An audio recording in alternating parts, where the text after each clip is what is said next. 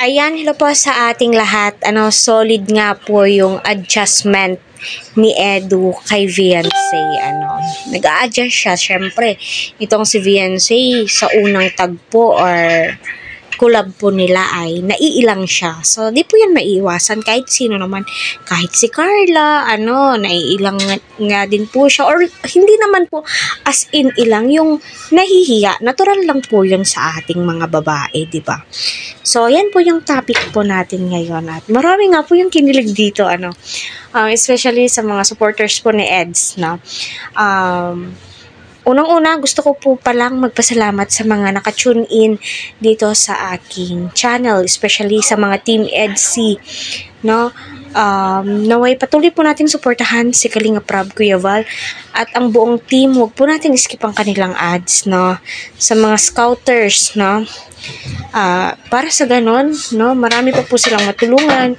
Marami pa po ang mabago ang kanilang buhay at panoorin po natin yung updated upload ni Kalinga Prab, na napaka-pogi din, no?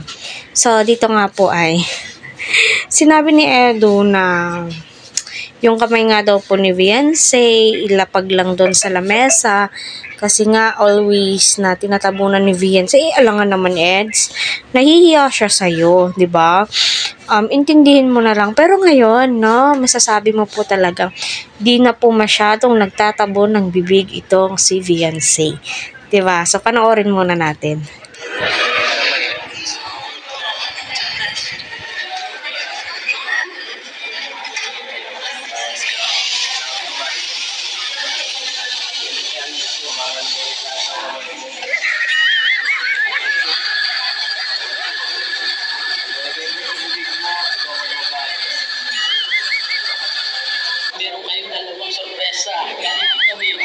So, ayun po mga kalingap, no, pati si Eds ay napansin din po pala itong kinikilos ni Viancy.